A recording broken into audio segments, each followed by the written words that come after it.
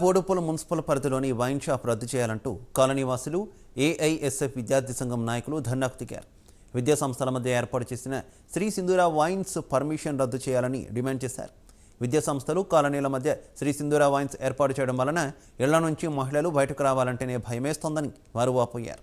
ఈ విషయంపై ఎన్నిసార్లు అధికారులకు ఫిర్యాదు చేసినా పట్టించుకోలేదని ఆగ్రహం వ్యక్తం చేశారు. తక్షణమే వైన్స్ అనుమతి రద్దు చేయాలని, లేకపోతే పెద్ద ఎత్తున ఆందోళనలు చేస్తామని హెచ్చరించారు. పరిధిలోని శ్రీ సింధూర వైన్స్ని ఇక్కడి నుంచి వేరే ప్రాంతం తరలించాలని చెప్పేసి కాలనీ వాసులు మరియు విద్యార్థి సంఘాలు మరియు ఈరోజు ఈ ధర్నా కార్యక్రమం చెప్పడం జరిగింది.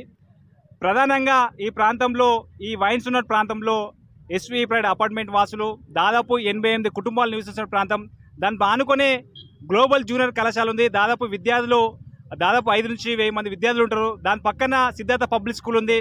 అదేవిధంగా హాస్పిటల్ ఉన్నది. అంటే ఈ ప్రాంతం ఇలా నిత్యం రద్దీ ఉన్నటువంటి ప్రాంతం. అంటే నిత్యం రద్దీ ఉన్న ప్రాంతంలో పొద్దున ఉదయం నుంచి సాయంత్రం వరకు మహిళలు కానీ లేకపోతే వృద్ధులు కానీ అనేక రకాల రాకపోకలు జరుగుతున్న ప్రాంతం ఇది.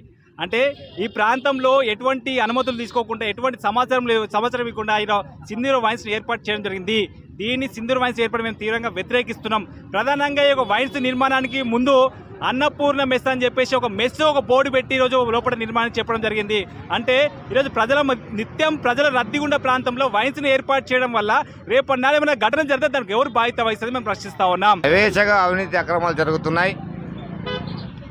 అడ్డుకట్ట లేకుండా వ్యవహరిస్తున్నారు. మున్సిపల్ కమిషనర్ గారు కూడా ఎస్వి అపార్ట్మెంట్ నుంచి ఫిర్యాదు చేసినాం. అదేవిధంగా ఎక్సైజ్ ఇన్స్పెక్టర్ గారికి ఫిర్యాదు చేసినాం. కమిషనర్ గారు కూడా ఎక్సైజ్ కమిషనర్ గారు ఫిర్యాదు చేసినాం. ఎక్సైజ్ ప్రిన్సిపల్ సెక్రటరీ గారు కూడా ఫిర్యాదు చేసినాం.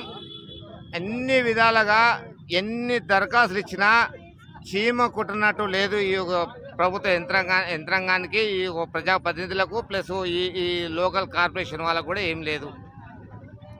ఇదొక కార్పొరేషన్లో ఈ యొక్క వైన్స్కు యజమాని అయిన ఈ కార్పొరేషన్ సంబంధించిన వ్యక్తి కాబట్టి ఆయనకు తొత్తుగా వ్యవహరిస్తున్నారు.